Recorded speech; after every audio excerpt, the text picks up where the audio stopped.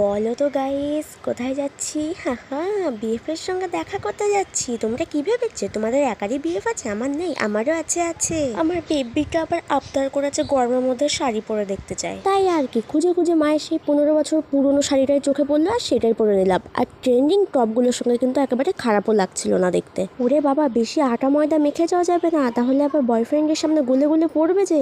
আর তখন কি হবে, সবার সামনে ন্যাচারাল বিউটি থেকে আমি বঞ্চিত হয়ে যাব। হ্যাঁ, এরকম কেস যাদের হয়েছে তারাই একমাত্র বুঝবে ব্যাপারটা। আর তার জন্যই তো কোনো রকম মেকআপ করিনি আমি। তোমরা দেখতে পারো, সত্যি বলছি, কোনো রকমই কিন্তু মেকআপ করিনি। এই গরমের মধ্যে কেই বা মেকআপ করে বলো?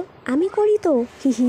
এই কিছু শোনোনি তো তোমরা? এবার বলো না গো, কোন কানেরটা পরবো? ও আচ্ছা, এটা পরবো, ঠিক আছে, এটাই পরে নিয়েছি।